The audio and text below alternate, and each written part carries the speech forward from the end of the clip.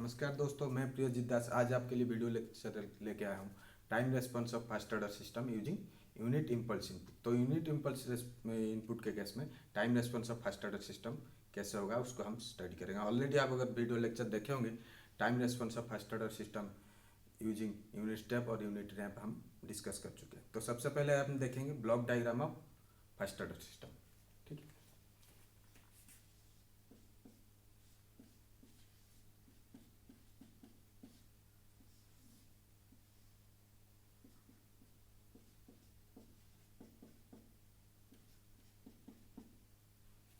तो ये 1/st क्या है?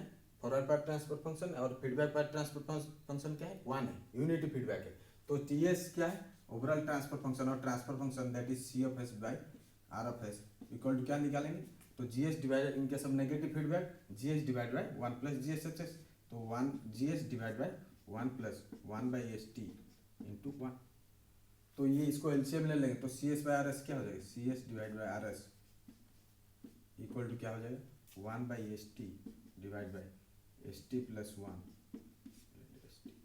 तो st कैंसिल हो गया, तो C of S by R of S equal to 1/st plus 1। ठीक है, तो ये था transfer function that is T of S equal to C S by R S equal to 1/st plus 1। This is the transfer function of first order system. इसमें देखो जो denominator का highest power क्या है? 1 है, तो इसलिए बोलते हैं फर्स्ट ऑर्डर सिस्टम। अगर स्क्वायर हो जाता तो टाइप 2 मतलब सेकंड ऑर्डर सिस्टम हो जाता। ठीक है, तो अब सी एस को लिख सकते हैं C of S equal to R of S को उस तरफ ले लेंगे तो 1/st plus 1 into R of S. तो हम ऑलरेडी इनपुट टेस्ट सिग्नल में बताए थे unit ramp, unit step, unit parabolic और यूनिट इम्पल्स के केस में टेस्ट सिग्नल के बारे में बताए थे। तो इस केस में यूनिट इम्पल्स के केस में क्या हो जाएगा? R of S equal to 1 हो जाएगा। तो इसको आर ऑफ एस का वैल्यू पुट करो तो सी ऑफ एस क्या हो जाएगा? C of S equal to 1/st plus 1 into 1। और इसको हम ऐसे भी लिख सकते हैं, अगर टी कॉमन ले लेंगे तो क्या हो जाएगा? 1/t into 1/t plus 1/s plus. ठीक है, तो ये ऐसे लिख सकते हैं, टी कॉमन ले लेंगे तो। अब इसमें हमें क्या निकालना है? Time response of first order system using unit impulse response, unit impulse input. तो इस केस में ये तो लाप्लास के फॉर्म है, इसको हमें क्या करना है? टाइम डोमेन के फॉर्म में करना है। तो इन्वर्स लाप्लास हम अप्लाई करेंगे। तो apply inverse Laplace to both the sides.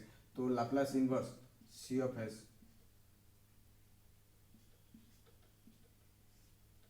Equal to Laplace inverse 1/t into 1/।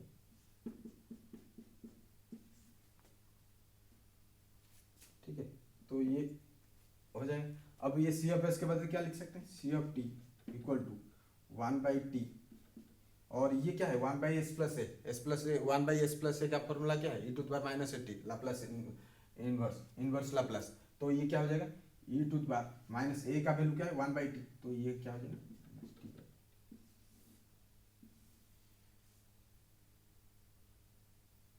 तो ये हो गया response of the first order system using unit impulse input. ठीक है, तो इसका जो ग्राफ में रेस्पॉन्स कैसे आएगा इसका?